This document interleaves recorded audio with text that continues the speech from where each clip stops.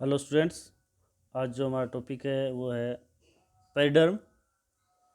Periderm वो एक प्रकार का एक्स्ट्रास्टेलर मटेरियल है। एक्स्ट्रास्टेलर सेकेंडरी ग्रोथ हम इस प्रकार से कहते हैं क्योंकि जो स्टील के बाहर के जो ऊतक हैं, जैसे कोर्टेक्स हैं, हाइपोडर्मिस है, इन कोशिकाओं में विभाजन करने की क्षमता आ जाती है। फलस्वरूप इसमें कोरक और सेकेंडरी कोर्टेक्स का निर्माण होता है। ये प्रोटेक्टिव या कहें तो हम सुरक्षा के रूप में उत्तक का निर्माण होता है। इसमें जब इसमें फेसिकुलर केमियम का निर्माण होता है प्लांट्स के अंदर सेकेंडरी ग्रोथ के लिए, तो जो स्टील से जो बाहर के जो टिश्यू होते हैं, एपिडर्मिस है, कोर्टेक्स है, इन पे प्रेशर पड़ता है। प्रेशर होने के कारण से बाहर के टिश्यू हैं या बाहर की जो सेल्स हैं वो टूटने लगती है। इस कारण से उनकी सुरक्षा प्रदान करने के लिए बाहर स्थित जो टिश्यू है उसमें विभाजन करने की क्षमता आ जाती है और एक प्रोटेक्टिव लेयर का निर्माण होता है, जिसे हम सीधी भाषा में कहें तो परितवक या कोरक कैम्बियम कहते हैं उसको। जैसे कि हम इस डायग्राम में देख पा रहे हैं, क्यूटिकल है, एपिडर्मिस है, कोर्क सेल है, कोर्क कैम्बियम है और इसमें कोर्टेक्स है। सेकंड जो डायग्राम है इसमें हम देख पा रहे हैं कि कोर्क कैम्बियम जो बाहर की तरफ कोर्क का निर्माण करता है और अंदर की तरफ है वो कोर्टेक्स का या सेकेंडरी कोर्टेक्स का निर्माण करता है। सेकेंडरी कोर्टेक्स को फैलोडर्म भी कहते हैं। कोर्क को फैलम नाम से भी संबोधित करते हैं। इसी प्रकार से कोर्क कैम्बियम है उसको फैलोजन नाम से संबोधित किया जाता है। इस डायग्राम में भी हम देख पा रहे हैं कि बाहर देखिए आप, कोर्क है, कोर्क कैम्बियम है और सेकेंडरी कोर्टेक्स है या कोर्टिकल रीजन है। इनसे ये पेरिडर्म बनता है। ये इस प्लांट स्टेम के अंदर हम देख पा रहे हैं कि बाहर का टिश्यू हैं, बाहर के ऊतक हैं जो कि स्टेम का सुरक्षा प्रदान करता है। इस कारण से हम इसे प्रोटेक्टिव लेयर भी कहते हैं। इसकी हम स्ट्रक्चर की बात करें, फॉर्मेशन की बात करें पेरिडर्म की, चूँकि पहले बताया था कि जैसे इसमें फेसिकुलर कैम्बियम के अंदर विभाजन होने के फलस्वरूप बाहर प्रेशर पड़ता है, बाहर के टिश्यू प्रेशर बनता है, जिसके कारण से बाहर की जो कोर्टिकल या हाइपोडर्मल जो सेल्स होती हैं वो सक्रिय विभाजन करने लगती हैं। सक्रिय विभाजन करने के फलस्वरूप इसमें कोर कैम्बियम बनती हैं। जैसे जो फेसिकुलर कैम्बियम होती है वो अंदर की तरफ जाइलम और बाहर की तरफ फ्लोएम का निर्माण करती है। इसी प्रकार से जो कोर कैम्बियम है उसके अंदर भी परिणत विभाजन होता है, पेरिक्लिनल डिवीजन होता है जो कि परिधि के समांतर होता है।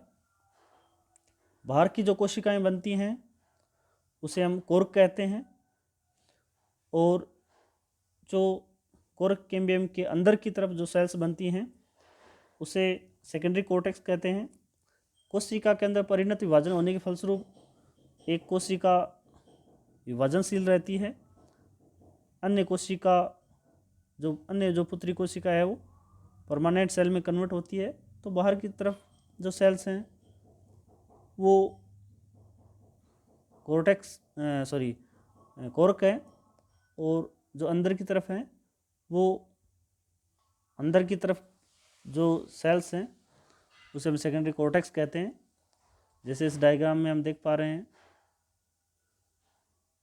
कोर्क कैम्बियम है, बाहर कोर्क है, सेकेंडरी कोर्टेक्स है। तो इस प्रकार से ये प्रोटेक्टिव लेयर का रूप में कार्य करती है, प्लांट्स की सुरक्षा करती है। इसकी हम स्ट्रक्चर की बात करें उसकी संरचना के बारे में बात करें, सबसे सेकेंडरी कॉर्टेक्स की हम बात कर रहे हैं, जो इनर मोस्ट है। सेकेंडरी कॉर्टेक्स का जो निर्माण है वह कोरक कैम्बियम से होता है। कोरक कैम्बियम सेंटर में है। कोरक कैम्बियम एक विभाजनशील टिश्यू है, विभेजोत की उत्तक है, जो कि सेकेंडरी लेटरल मेरिस्टेम है। विभाजनशील कोशिकाएं जो जीवित सेल्स हैं, जिसमें बार बार विभाजन करने की क्षमता होती है, ये कोशिकाएं पतली सेल वॉल युक्त जीवित होती हैं, आयताकार सक्रिय, और इसमें इंटरसेलुलर स्पेस इनमें प्रेजेंट होता है।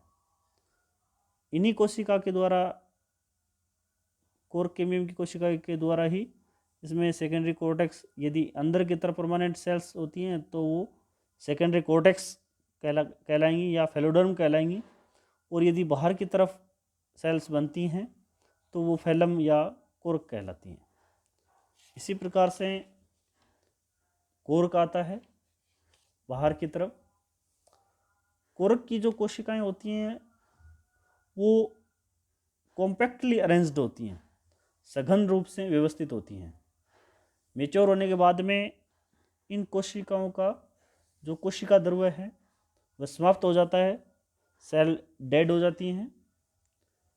सेल डेड होने के बाद में इनकी कोशिका भित्ति के ऊपर सुबेरिन का डिपोजिशन होता है, निक्षेपण होता है सुबेरिन का।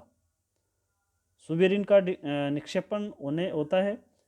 इससे प्लांट्स के अंदर जल का, गैसेज का एक्सचेंज होने के लिए अपारगम्य होता है। तो ये एक प्रकार का संरक्षणात्मक आवरण या प्रोटेक्टिव लेयर के रूप में कार्य करती है। इस प्रकार से ये एक ऊष्मारोधी भी कार्य करती है। इसी प्रकार से इसका थर्ड पार्ट की बात करें, सेकेंडरी कॉर्टेक्स। सेकेंडरी कॉर्टेक्स है वो इनर मोस्ट है, कोरक कैम्बियम के अंदर की तरफ है। जीवित सेल हैं, पेरेन्काइमेट सेल्स हैं। इन कोशिकाओं में हरित लवक भी प्रेजेंट होते हैं, जिसके फलस्वरूप में प्रकाश संश्लेषण का कार्य भी करते हैं। इसके अलावा इसमें इंटरसेलुलर स्पेस प्रेजेंट होते हैं, अंतराकोशिकीय अवकाश प्रेजेंट होता है। तो इस प्रकार से ये परित्वक या पेरिडर्म है उसका निर्माण करते हैं। यदि हम कार्य की बात करें, पेरिडर्म के जो फंक्शन हैं उसके क्या होते हैं, तो जैसे फ्रीजिंग टेम्परेचर बहुत कम होता है इन्वायरमेंट के अंदर, उससे हीट इंजरी, बहुत ज़्यादा टेम्परेचर, मैकेनिकल यांत्रिक जो डिस्ट्रक्शन वगैरह होते हैं उससे, या इन्वायरमेंट में विभिन्न प्रकार के इन्फेक्शन वगैरह होते हैं, डिजीज़ वगैरह होती हैं उनसे, या डेसिकेशन, इन्वायरमेंट की जो ड्राइनेस होती है उनसे प्रोटेक्ट करता है। इन्वायरमेंट में टेम्परेचर है वो 0 से नीचे भी जाते हैं, वहाँ भी प्लांट्स सर्वाइव करते हैं। 50 सेंटीग्रेड टेम्परेचर आता है, वहाँ भी प्लांट्स सर्वाइव करते हैं। प्लांट्स के अंदर पानी की कमी आती है तो बाहर का जो इन्वायरमेंट है, जो ड्राइनेस है, उससे भी सुरक्षा करता है ये। तो इस प्रकार से पेरिडर्म है वो प्लांट्स की सुरक्षा करता है। तो इस प्रकार से ये पेरिडर्म की फंक्शन, स्ट्रक्चर और इसके फॉर्मेशन की बात इस हम चैप्टर में हम कर किया।